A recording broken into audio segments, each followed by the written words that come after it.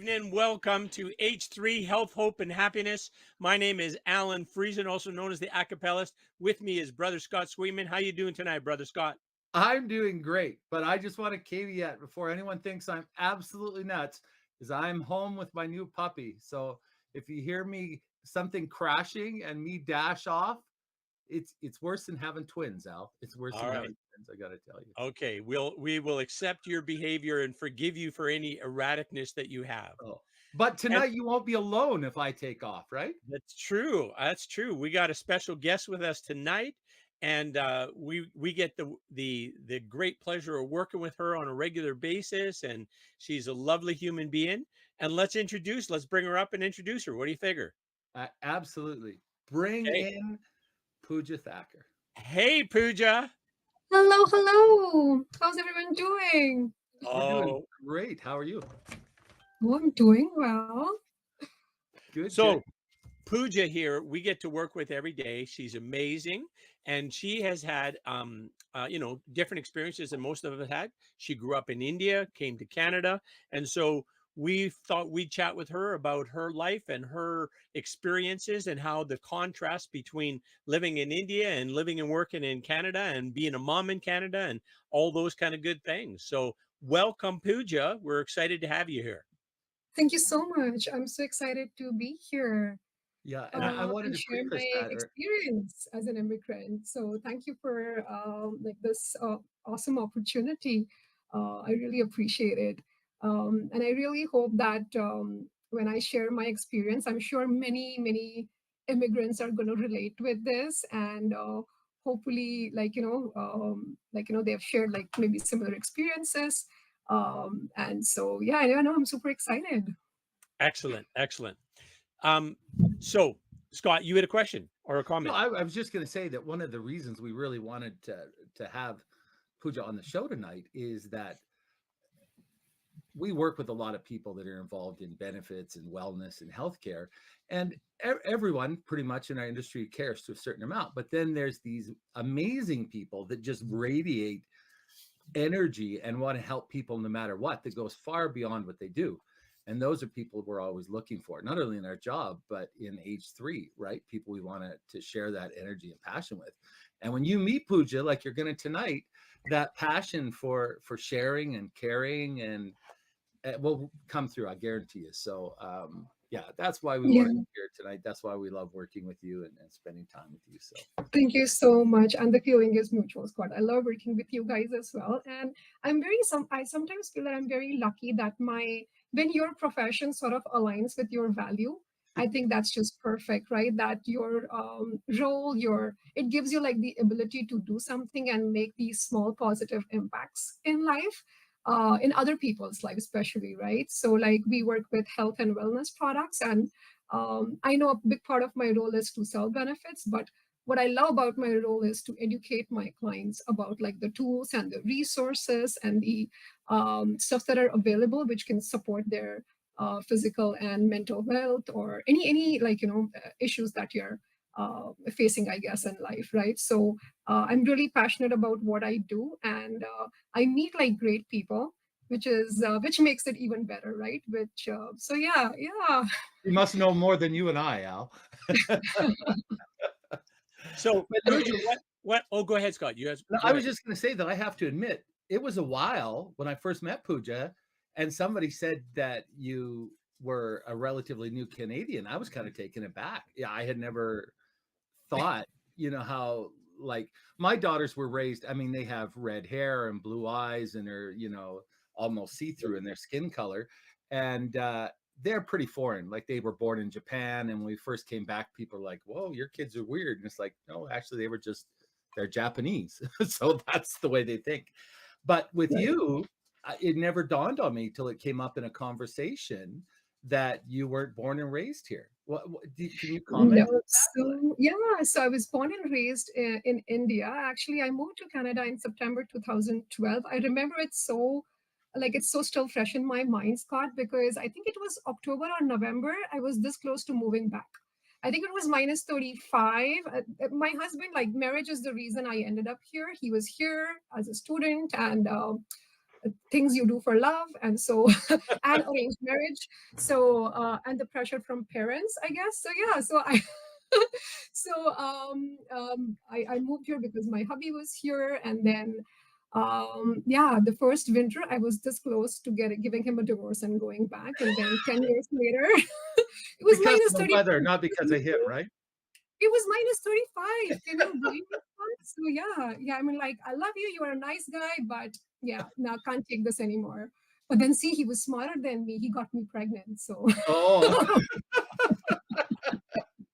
yeah, that caps the weather. right. So he's like, honey, just give us a couple of months. And I'm like, and I was like, okay, couple of months, but then I didn't know he had different plans. So yeah. And so yeah, 10 years later, I'm still here. But honestly, I'm glad that I'm here. Again, like, you know, I it's two very different cultures like that I've experienced, but I think I've really grown both professionally and personally, and that has a lot to do with me just leaving like India and moving here, because you don't realize the challenges or the different experiences that you have when you just leave one country, one culture, and move to another. And at first, obviously, it feels that like it feels, oh my God, like, you know, what am I doing here? And is this right for me or not? But then when I look back now, I think it was definitely like a very good decision, and I'm very happy. And yeah, I think I've definitely grown a lot as an individual by those experiences that I've had. You know, like, so when I moved here, India, like language, weather, culture, metric system, currency, driving. Oh my God, you can't honk here. What is with that? Like, and then you know, I was used to the left side driving versus the right side here. Oh my God, it was definitely, like, you know, a lot of learning curve for me. But I think that's what, like, you know, it helps you grow as a person on so much personal and professional level. So I'm really glad that I've had that experience. And then I think what made it easier was that actually it was Canada. Just because I my first, I would like to talk about like my first job here. So I actually applied at a bank, and I was a teller. So my first day at my job, and then you have all those bank tellers, like, you know, in that line, and waiting for the doors to open and people to come in.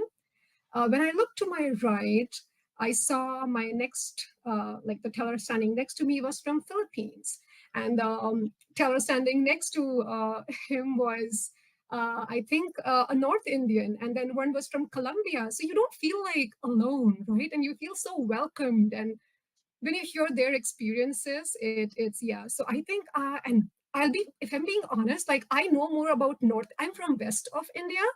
I know more about North India after moving to Canada. Isn't that amazing?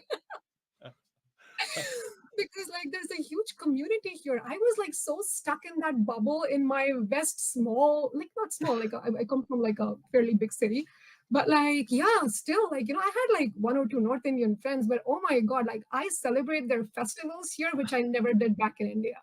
So yeah, no, it's been a great journey so far, and I'm so glad that yeah, I just love this country, and it has given me so much. And I'm just glad that I can give it back in certain ways, because that's again like an amazing feeling when you receive help. Like, you know, there's a random act of kindness, or when you receive something unexpected, I always remember that feeling and make sure that I give it back. And I think that feeling is even better, like just the feeling of giving it back to the community or people. Yeah, it's the best feeling in the world. So yeah. In terms of health, hope, and happiness, is there cultural differences between where you were? I mean, location, right? Like to talk about all of Canada or all of India is kind of ridiculous, right? Because it's so diverse in Yeah. so many ways. But from where you grew up to here, is there cultural differences in terms of the H3s and how people help each other or don't help each other?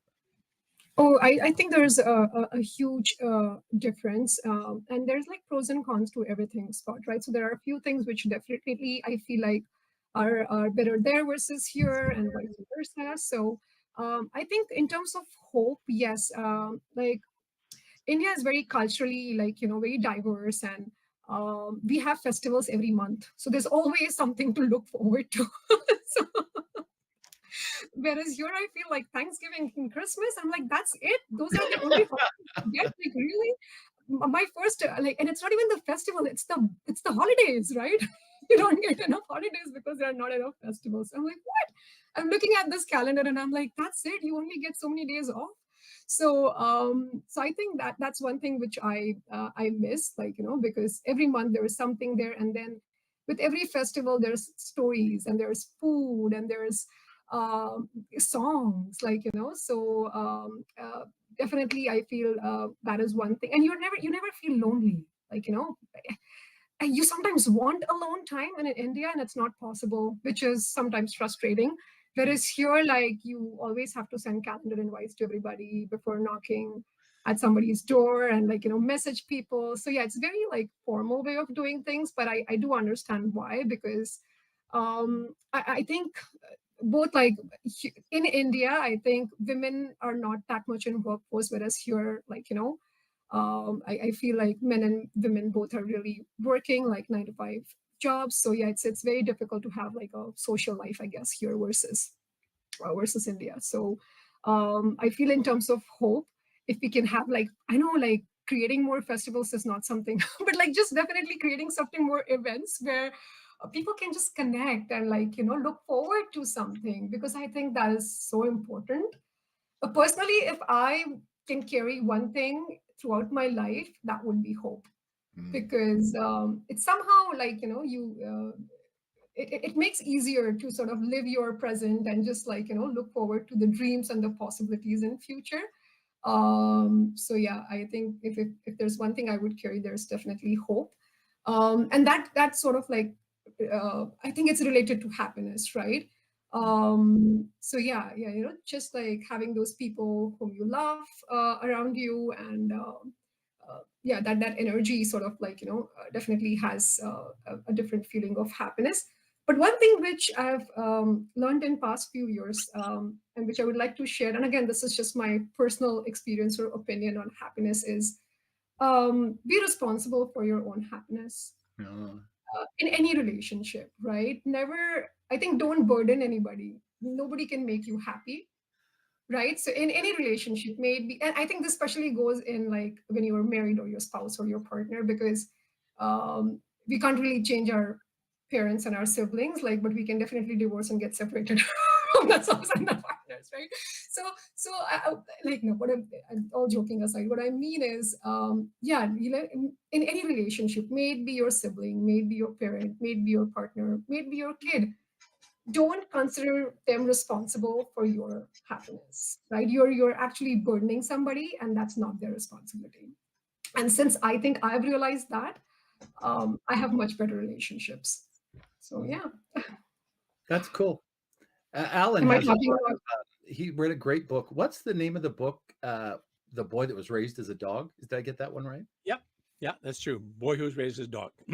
Have you read that book, Pooja?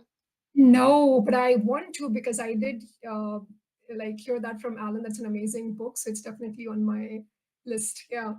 Yeah, I mean, the trials these children have experienced are just like horrendous, right? And you think that they'll never ever have like a normal, enjoyable, happy, productive type life.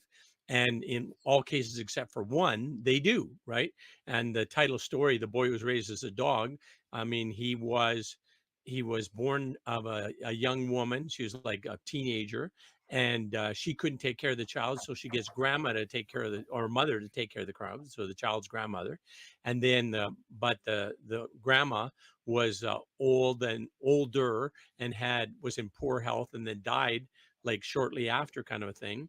And then grandma's boyfriend, who knew nothing of children but knew of dogs, raised it as he knew how to do stuff, like as a dog. So kept the kid in the cage and fed him in the cage. And so in short order, of course, the child had no ability to communicate, no was basically like a frightened animal, and would just be in the corner of the cage, like throwing feces and screaming at people, kind of a thing, right? So and then in the end, the doctor who wrote the book, amazing guy, he goes and kind of has his sequence, neurological sequence of what the child lacked at that period of time in their lives, and was able to restore that, and the kid like becomes like a fully functioning member of society, and goes to college and has a relationship with a woman, and like all these kind of amazing things that you would think, well, that could have never happened,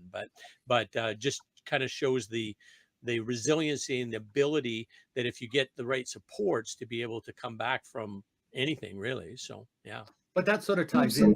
Those children would have had to make a lot of their own happiness, right? That's true too. To survive that, which is, I was thinking when Pooja was talking about that, how, a lot of people who go through horrific experiences, one of the things that they share is that, they sort of have to let go of all of that and trust the one person that they can count on ultimately, which is themselves, right? Mm-hmm. Right. I'm not sure, Scott and Alan, if you know about like Bhagavad Gita. That's sort of like a very religious book. It's like Bible for Hinduism. And there's this quote which, I actually have created like a bookmark for myself, like a handmade bookmark, and I put it in like all the books that I'm reading. It says that you are not defined by the shoes you're in, but the steps you take. So your destiny is not defined by the shoes you're in, but the steps you take.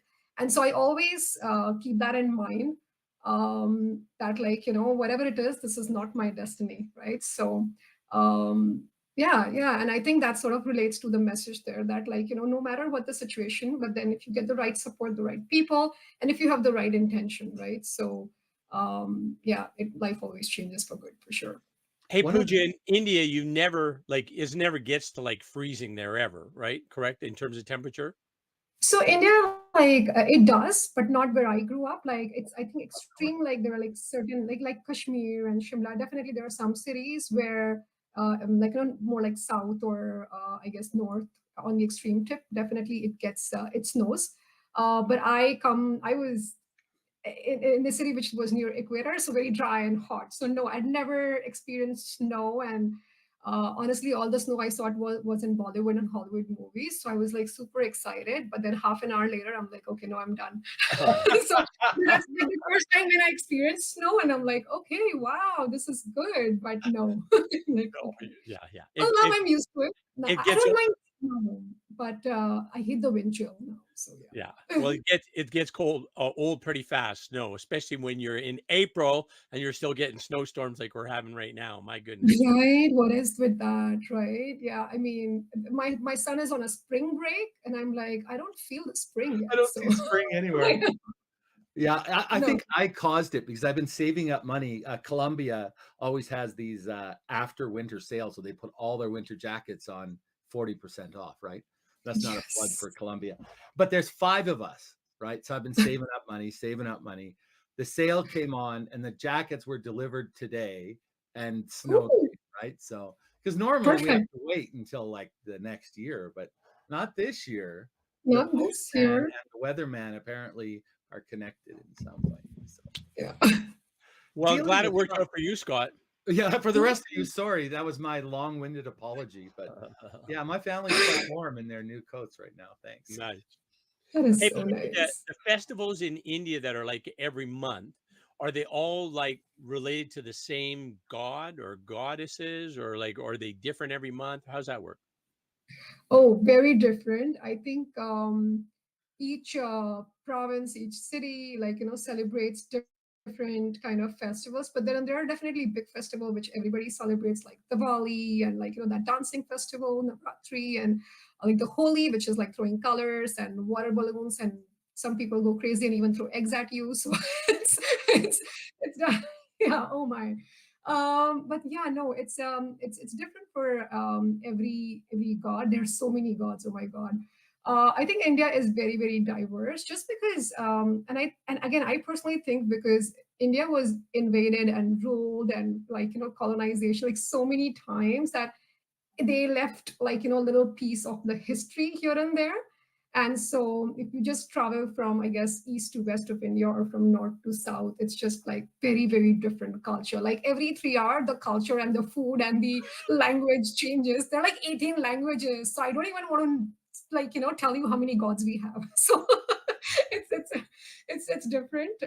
Yeah, so it's all related to different gods. But I think like um I see like, I mean, when it comes to belief, or I think there's just like that one superpower, right? It's just different names and different way of you visualizing that belief, or you believing in that particular idol, or like that like, story, or that god. So I think that's personally me. I'm not very religious, to be honest, because if I try to be religious here, my kid is just gonna like, yeah, I don't know, poor guy will have to juggle. I've juggled enough between two cultures, so I don't want to put the pressure on him. But the values, basically, there should be like certain belief, I think, and then like that hope, right? There should be like a hope and a belief, and then yeah, as long as you have the values, right, the right values and the right ethics. For me, that's all. That's religion. That's what all matters, right? So yeah. I think I've lived in five countries now, and then in the US, I lived in 3 very geographically different places. And I would say that Canada is festival starved. Like most of Asia, Really? when I was in Japan, China, same thing. There was not just religious, but like the local community, and every street would have its own festival every Yeah. few months, and then everyone in the street would dress up and bang drums and sing stuff and drink sake and have a party. And yeah, I don't know. When I grew up on the farm, we had the biggest party was the harvest party. And that sort of got melded into Halloween, but it was really a dance, and everyone was done in the fields, right? So everyone, they had done what they could for the year. Basically, everything was stored, and everyone could relax and, get together and have a big party. And then Christmas were pretty much family holidays, and, Easter was a church holiday. But yeah, that was it. Growing up, we had like 2 or 3 max. And Right. I traveled. I go to a place, and it's like you say, not just every month, but almost every week or second week. Yeah. And if you're willing to Yeah. travel a little distance, like, I mean, half an hour, you can find a festival or a celebration all the time. So yeah, Absolutely. I vote for more festivals. I'm there. Right? Yes. Let's make some more festivals here. Exactly. Hey, Pooja, the festival, the dancing festival, dancing singing festival, it's in the fall. Isn't it in the fall normally, September or something? Yes, it's normally in September, October. Yes. Yeah. And that's like a whole week long type thing, right? A week of Yes. dancing and singing, right? So 9 days, and that is why, like in our language, 9 is Nav. So like it's called Navratri. Ratri means night. So 9 nights of dancing. okay. Wow. Yeah. Yes. I love Yes. dancing. That'd be a lot of fun. Oh, and it's very like, it's not like you again, like, it's so, the good thing about festival is people forget, like, your background, and like, where you're from and who you are, and it's just like, everybody is just having fun. And with that dancing festival, I think I've shared some videos with Alan. I'll definitely send the links to you, Scott. So everybody, like, just they're like huge crowds, and there's like this, like, folk singers. So basically they sing, and everybody just gathers. There's like no age, like from like 1 or 2 year old to like 80-year old. Everybody's like dancing, and yeah, like all night till 1, like, yeah, 1 or 2 in the night. And it's an amazing festival. It's definitely one of my favorites. And yeah, and then the next morning everybody looks like zombie and go to work or school. But then again, like, at the night. And I think, if I'm not mistaken, it's actually a scientific benefit, if because it falls in that calendar, like, just like the timing of it. And you just don't feel exhausted. Like, I don't know, there's some different energy that after 9 days of dancing and then working the whole next day, and like, going to school, like kids go to school, and like, people who have to work go into their jobs. And then every, like, evening again at 7 o'clock, we start with like this song, and then everybody just starts dancing. So yeah, it's amazing, and everybody just forgets, like, their pain, and like, whatever they're going through. And yeah, everybody just dances and has a good time. Concerning health, and we're Al and I are embarked on this self-imposed time limit of 30 minutes because we've started podcasting our show. But in terms of actual health, what do you think there are in, and I know that Allan's on a bit of a journey, and I say a bit of, nothing with Allan is ever a bit of, but of Vedic medicine. And he's been very, very surprised, right, Allan? I can say that. Sure. About how beneficial, although some of the things he doesn't understand, like he does oil pulling. Did I get that right? Yes. Yeah. And you know, he can't explain why it makes him feel better, but it does make him feel better. It does. You know, Canada, we have our own sort of home remedies and healthcare, but we don't have a lot of tradition, you know, that doesn't come with somebody from another culture. What would you say about the difference between actual health? So it's funny you say that, Scott, because when I actually moved to Canada, and I think they prescribed me Advil and Tylenol for pretty much everything. I don't know why. Like, oh, you have headache, here you go Advil. Oh, you have fever, here you go Advil. And I'm like, why? That's our home remedy in Canada. Advil and yes, I think that's our home remedy. But and so, but like, Vicks yes, in my definitely. house is a big one. Do you know Vicks? Vicks, yes. Yeah, Oh my God, like yeah. Vicks My and grandparents, Indians. Vicks would cure anything. Like pack you up with Vicks, That's you're good to go. Yeah. Yeah, I know. Indian parents and grandparents like give you Vicks for pretty much everything as well. So that's like Indian Advil version. Yeah, so absolutely. But I think like I do believe like a lot in Ayurveda. And growing up in India, you cannot like stay away from all these home remedies because they're so like part of your culture. I think they will. Nobody goes to a doctor for like cough and cold and no. So because they're like again. India is gifted with like a lot of spices, right? So it's naturally grown there, very much available, and so I think it's culturally in there to sort of like immediately use whatever you have in your kitchen to sort of heal yourself, I guess, right? So I do a combination of both now. I take Advil because I have to get back to work next day, but then like I make my own teas and like add like all those What's your spices. go-to herb or spice? What's your go-to spice? My go-to spice, I think the spice which I use every day and which I love is turmeric. Oh, I love turmeric. Yeah, and So I love Scott, you might not know this, but like Pooja's been my Ayurvedic consultant, right? Like as I've been changing things, I said, "Hey Pooja, what should I do with this?" So I've adopted a lot of her advice, and I ask her questions quite regularly about my what's it called, diacharma, your daily routine. Is that the right word for it? punch karma. Do you mean Punch karma, yeah, or punch karma. Your the yes? practices that you do on a regular basis, right? So, True. yeah, yeah, Yes. yeah. Yeah, but I love like black pepper also, Scott. I think black pepper is amazing, and yeah, a lot of spices and herbs. Um, but yeah, I think one thing which I feel like maybe I could have done differently growing up in India was I really feel people are more cautious here about their health. Like I like I'm definitely yoga and meditation is something again like culturally you cannot not know that if you're Indian. We invented it. So, but I think like just like the like hiking and like just skiing and all those like I think activities, oh my god, like I feel I wish I when I was younger I just took ice skating lessons actually last year in wow. December, and I wish like and so people are like hockey I feel is a religion here, right? I mean so cricket definitely in India is a religion, but like I definitely feel people are more health conscious here, especially women. I feel like I wish there's something I could like really send that message to women in India or like women in general everywhere that do not feel guilty. Like, take care of yourself, especially moms, like the new moms and the moms with younger kids. I wish somebody had given me that advice. And I know that we're just 1 minute away. I'm so sorry, guys.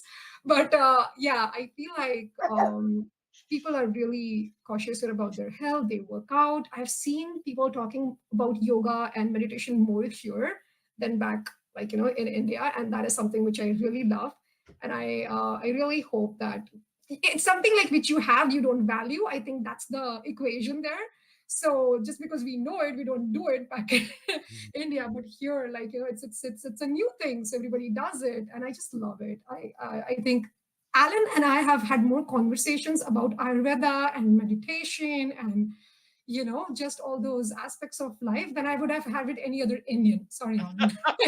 You know, so and I love it because people are so curious, right? And that's one thing. Again, when I was working at the bank, people would just come up to me and talk to me, and, like, you know, hold the line up, but they were just so interested in knowing more about where I come from and how my English is so good, and did I learn English after coming to Canada, or, you know, stuff like that. So I just love the curiosity here, and just like how, like, open and welcoming people are. And so yeah, it's yeah, that's all I wanted to share.